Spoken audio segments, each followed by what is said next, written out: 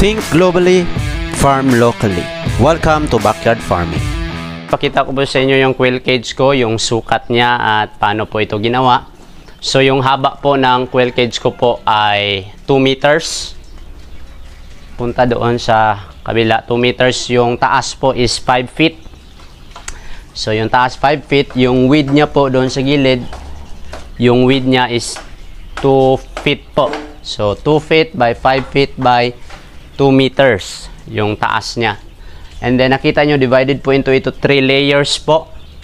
So ito first, second, and third. So yung division ko po is, itong first layer ko is 17 inches. First layer 17 inches.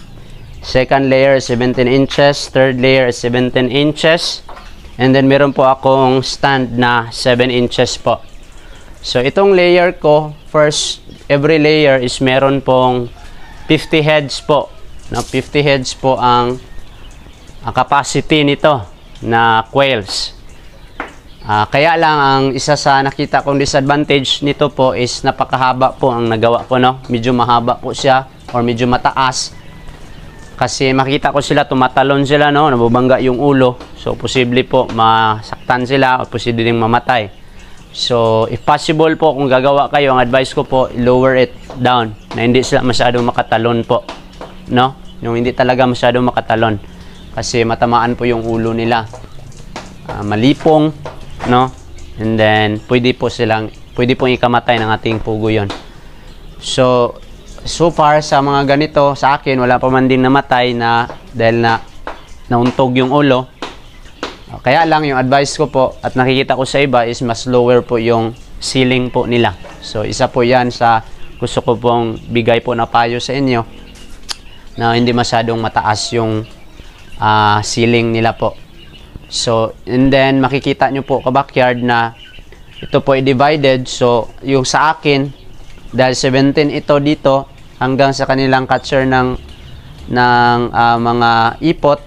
Pero ito talaga sa quail is 17 inches, ay 13 inches po. And then sa likod is 8 inches.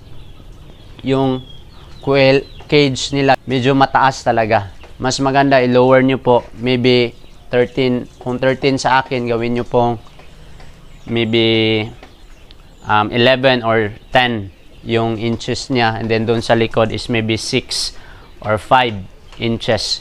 Para pa ganun. So makita nyo medyo slope siya, no?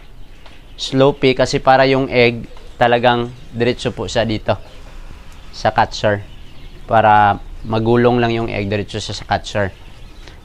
So itong daanan ng egg is 1.2 inches. Itong daanan ng egg is 1.2 inches.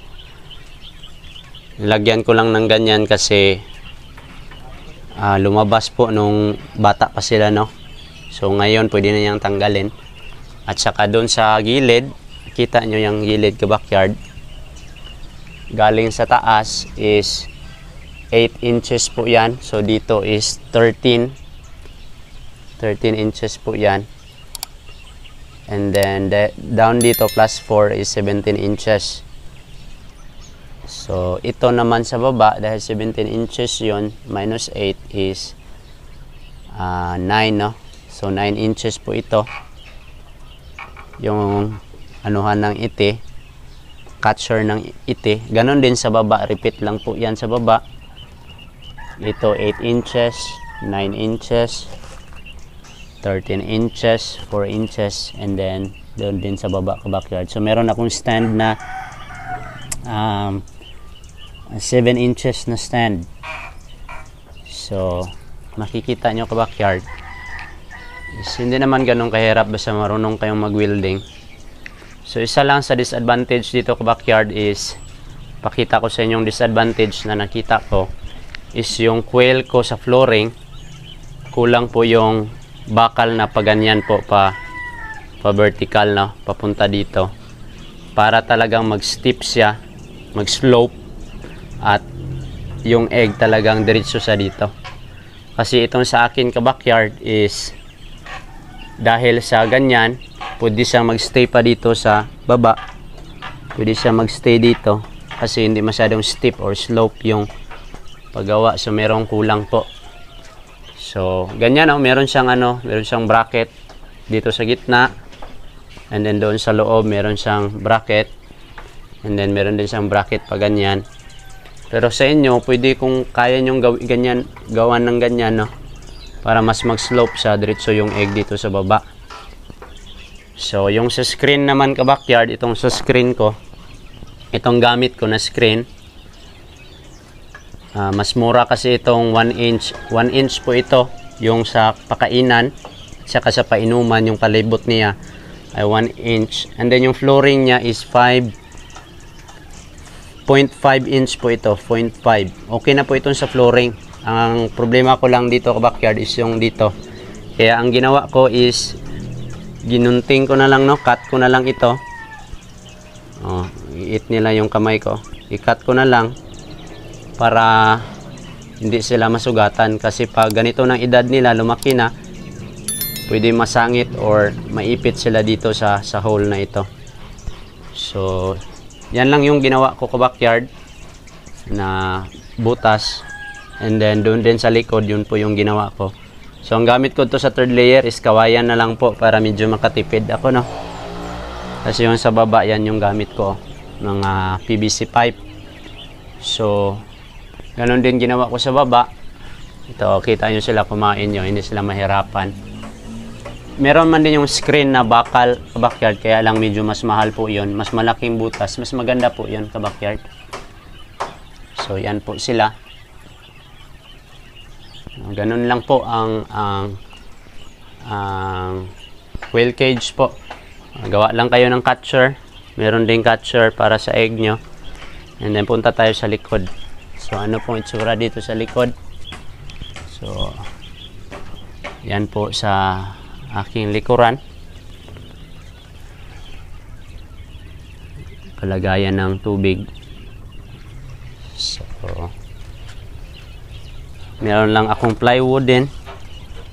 No, may plywood tayo sa backyard para catcher ng mga ipot, and then meron tayong floor mat nilagay para mas madali yung linisan.